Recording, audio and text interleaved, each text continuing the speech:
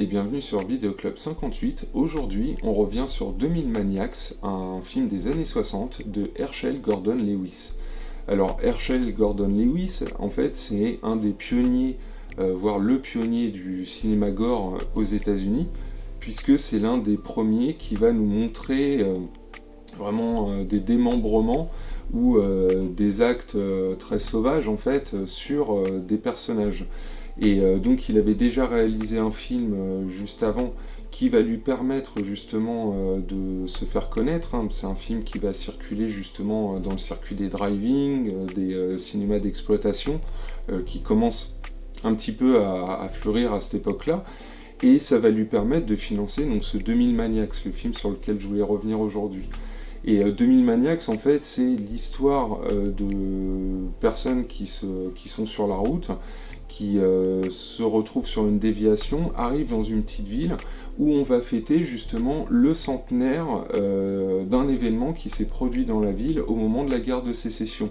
Ce que les personnages extérieurs à la ville donc ignorent, c'est qu'ils sont invités justement à participer aux festivités, parce que toutes les personnes de la ville sont en fait des gens qui ont été tués pendant la guerre de sécession, sont des fantômes donc, et qui vont se venger de simples passants, puisque c'est le centenaire de leur mort.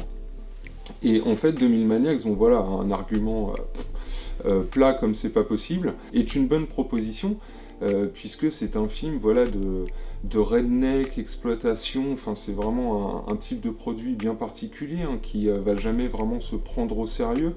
Ce qui est formidable avec ce film, c'est que tous les habitants justement de cette ville vont participer au tournage de manière volontaire et bénévole, ce qui va permettre au film de se faire, de proposer des plans d'ensemble plutôt intéressants.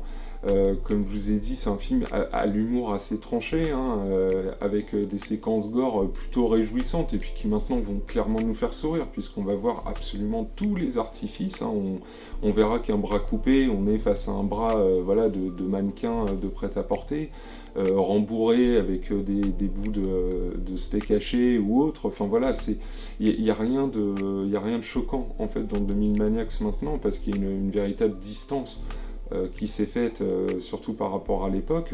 Surtout, ça va influencer en fait tout un style de cinéma, finalement, l'exploitation, les films d'exploitation à tendance horrifique. 2000 Maniacs, voilà, c'est un des pionniers et puis des premiers qui va se proposer ce genre de film. Et elle va être annonciateur de toute une vague, une énorme vague à suivre. En fait, si vous voulez, si on n'aurait pas de film gore à l'heure actuelle, qui soit drôle ou non, s'il n'y avait pas eu 2000 Maniacs et l'influence d'Herschell Gordon Lewis à l'époque, qui est totalement le type de mec en fait qui, au même titre que les anciens réalisateurs qui faisaient leur tournée avec des films en odorama ou chocorama ou ce que vous voulez, lui il va faire le tour des drive-in avec des films justement qui sont destinés à des jeunes en mal de sensations fortes, et de leur proposer des produits justement qu'ils ne connaissent pas, où là, attention, l'horrifique, vous allez sûrement faire des cauchemars, tout le monde va en parler autour de vous, attention, le film sera peut-être bientôt interdit, enfin voilà, on est vraiment sur un côté très publicitaire en fait avec ce film.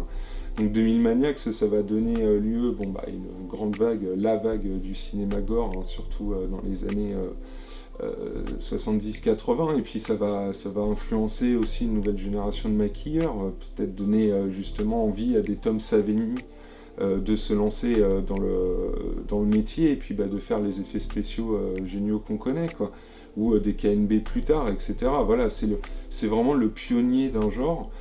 Il a été remaké dans les années 2000, si je me souviens bien, donc ça s'appelait 2001 Maniacs avec Robert Englund.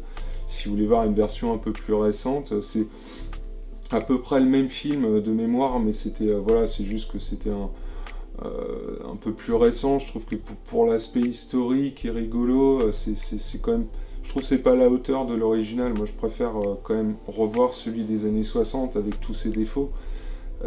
plutôt que cette version-là. Mais voilà, au moins cette version-là a le mérite d'exister si vous voulez essayer cette nouvelle version. En tout cas, moi voilà, je voulais revenir très rapidement hein, sur 2000 Maniacs. Je pense que vous pouvez le trouver plutôt facilement, hein, dans la mesure où c'est un très ancien film, il doit être trouvable sur internet. Sinon il existe en DVD et puis peut-être possiblement en Blu-ray, je ne sais pas. Donc en tout cas je voulais revenir sur 2000 Maniacs, je vous souhaite un bon visionnage et je vous dis à très bientôt pour un nouveau film. You're all invited to a centennial celebration. What they were celebrating wasn't important, and it sounded like a heap of fun until 2,000 maniacs, crazed for carnage, started bathing an entire town in pulsing human blood. You'll see 6 young strangers doomed to slaughter by an ancient curse. There came an awful sound.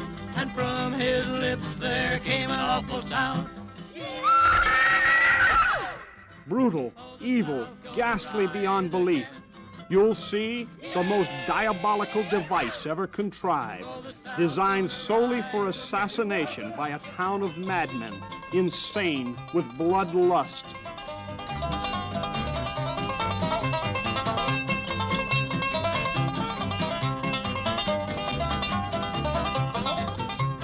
Stonewall took a gun and he made the Yankees run, but he 2,000 maniacs, gruesomely stained in blood color. Stonewall said, I'm a-giving you a dying man's request. I'm a-giving you a dying man's request. Yeah! Starring Playboy's favorite playmate, Connie Mason. Yeah! Oh, the South's gonna rise again.